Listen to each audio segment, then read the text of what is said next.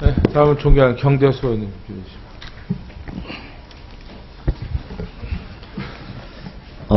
아까 그 계장님인가요? 담당 과장입니다. 네. 과장님이세요? 예. 예. 그 당시 장관님한테 그 에이펙스 문건 앞으로 나오세요.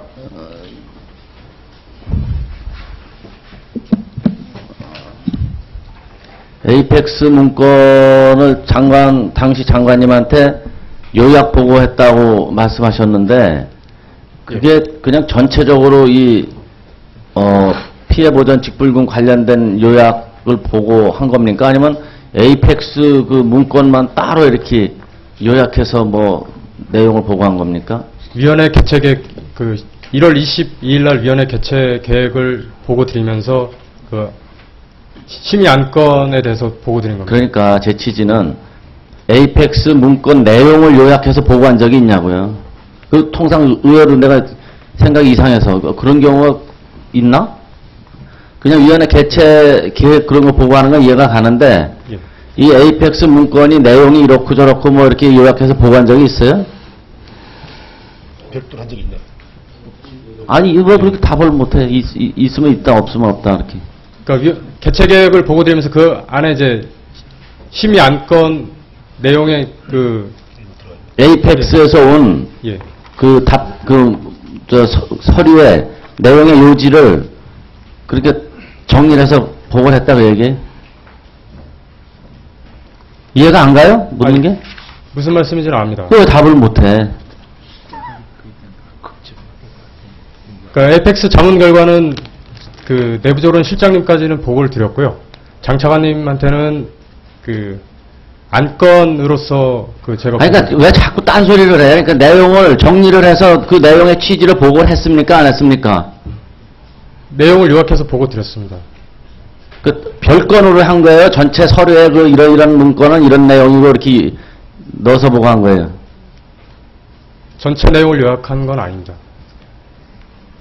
아니 정부 법무공단이 거기서 온 거는 답이 이렇고 내용 요지가 이렇고 예. 에이펙스는 이렇고 이렇게 전체적인 내용 중에 일부를 보고를 한 거냐? 에이펙스 그 문건만 별도로 보고를 한 거냐? 그걸 묻는 겁니다 지금. 세 가지 다 법제처 같은 예. 요지로 예. 정리를 해서 보고했다? 예, 예. 그러면 그 요지 내용 중에 지금 이 법률적으로 불가능하다라는 답이 왔습니다라는 내용을 보고한 겁니까 장관한테?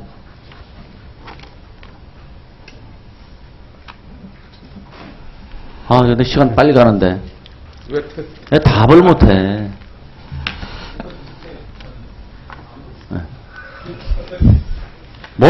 왜 답을 못하세요 과장님?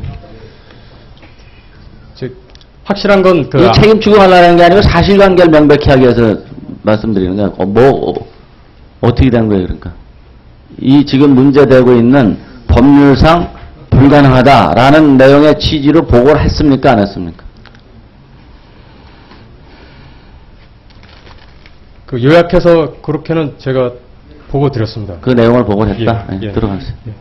농정국장입니다. 제가 보고 혹시 추가 답변 해도 될지 모르겠습니다. 나오세요. 예, 말씀하세요. 누군데? 지금 제가 국장입니다. 보고 지금 현재 국장이고 그 당시에는 뭐 국장이 아니고 짧게 그러니까 빨리. 아마 제 잠깐만. 담당 지금 사무관이 국장은 그 당시 내용을 알고 있었어요? 아니 모릅니다. 근데 제가 보고받은 바에 의하면 담당 사무관이 실장까지는 에이펙스 내용을 그대로 보고를 드렸고 그 후에는 보고가 안 됐습니다.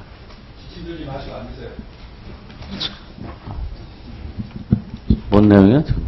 당시에 이양호 실장한테까지는 에이펙스에서 이렇게 답이 왔다고 했고 장차관한테는 보고 안 했다 그런 얘기예요? 예, 그렇습니다. 그러니까는 자, 제 시간이, 그만 앉아 있어요. 장관님, 그 쌀값 목표 가격 때문에 좀 말씀드리겠는데요. 네. 정부에서 쌀값이 10,000원 하락하면은 변동직불금이 총 4천억이 증가한다. 이렇게 이제 대충 요약해서 보고합니다. 그런데 그렇게 주장을 하는데 이게 이제 변동직불금이 지급될 정도로 가격이 떨어진 다음부터 계산이 되는 거잖아요. 그죠? 그냥 변동직불금 마치 그 목표 가격을 올려서 갭이 그냥 10,000원 벌어지면 무조건 돈이 4,000억 나가는 것처럼 우리 농업 분야에 관심이 덜한 다른 부처는 그렇게 이해할 수가 있어요. 그래서 제가 앞에서 그 제 방에 왔던 그 차관보님한테도 그렇게 얘기하는 거는 부처 협조였는데 정말 그 오해가 있을 수 있다. 정책 수립하는데 명백히 뜻의 취지가 전달되게 좀 해달라 그랬는데 이 점을 좀 바로잡아 주시고요. 이 목표 가격이 오르면은 산지의 재배 면적이 늘어날 것이다. 이렇게 이제 농촌경제연구원이나 다 주장을 한다고 그러지 않습니까? 네. 근데 이건 입증 안 된 거잖아요. 예를 들어서 2005년도에 시중 가격이 12만 원이었을 때 목표 가격을 17만 원으로 정하지 않았다 칩시다. 가정을 해서 14만 원으로 정하고 매년 10,000원씩 올렸다 그러면 그것에 따라서 뭐 이 쌀 재배 면적이 가격 올릴 때마다 튀나요? 안 그럴 것 같거든. 오히려 재배 면적이 지금 줄어들고 있는 추세인데 더군다나 정부 농림부에서 주장하는 내용처럼 대농이 10%에 해당하는 대농 빼고는 다 소농, 대부분 소농 아닙니까? 그리고 소농한테는 목표 가격을 올려봤자 경제적 효과가 그렇게 많지 않다라는 게 또 농림부 입장이잖아요. 그러면은 그 많지 않은 그 혜택을 받기 위해서 갑자기 특용작물 재배하던 하우스 다 철거하고 쌀로다가 바꾼다. 그 설득력이 없다고 보는데 어떻게 보시나요?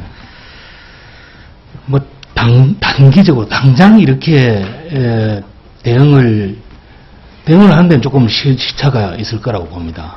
그럼에도 불구하고 정부가 주는 사인이 이것이 목표 가격을 이렇게 올리고 이런 이야기들은 지금 농촌경제연구원에서 분석한 그것은 그 사람들이 그냥 뭐 대충 이렇게 숫자를 뭐 이렇게 찍어서 그런 게 아니라 과거의 추세, 그러니까 가격이 얼마 오를 때에 면적이 얼마나 늘어나고 그래서 수확량이 얼마나 늘고 그래서 소비하고 수요하고를 계산하면은 가격이 얼마나 떨어진다는 아주 복잡한 그러니까 회계 분석 끝에 나온 그 결과라고. 농촌경제연구원이 그렇게 연구가 정확하고 잘 굴러갔으면 지금 농정이 이렇게 왔어요?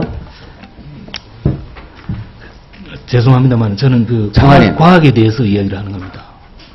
아니 과학도 제대로 된 과학이래야죠. 장관님, 9월, 10월에 예. 실제 산지에서 쌀 사고 팔고 농민들이 이제 추곡을 출하할 때 말이에요. 2005년도부터 정해진 17만 원이라는 이 목표 가격을 가지고 지금까지 농민들이 만나는 사람마다 정치하는 사람한테 이게 말이 되냐라고 하는데 네. 앞으로 5년 동안 또 이거 4,000원 올려갖고 또 갈 겁니다라고 뭐라고 설명해요? 한번 그거 상상을 해보세요. 군청 마당이나 농협 수매 창고 앞에 쌓아놓고 쌀 뭐 매년 되풀이되는 그와 같은 것을 지금 4,000원 올려갖고 해결을 할 수 있을까요? 그래서 저희들도 참 마음이 무겁습니다. 무겁지만은 무거운 이 마음 목표 털어내야죠. 가격이라는 것은 목표 가격은 쌀은 기본적으로 시장에서 쌀값은 수요와 공급에 의해서 가격이 결정됩니다. 근데 이게 부족하기 때문에 소득을 좀 얹어주기 위해서 고정직불이라는 이 제도를 이렇게 도입을 했습니다. 그런데 그것도 그 말씀은 계속 하시고 불안정하니까 됐고 그 말씀은 떨어지니까 그래서 변동직불이라는 것을 만들고 이 목표 가격이 옛날 소매 가격이 아니라 최소한의 예를 들면 안정의 어떤 기준이 아니 정말 여기다 짧게 이렇게 하셔도 아까 하신 말씀이잖아요. 하신 말씀을 뭐 자꾸 반복을 합니까?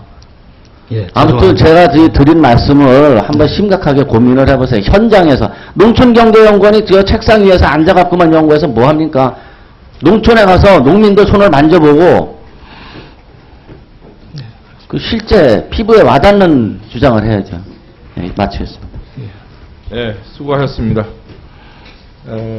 다음은 존경하는 신성범 의원. 네, 들려주시면. 예, 신정모입니다.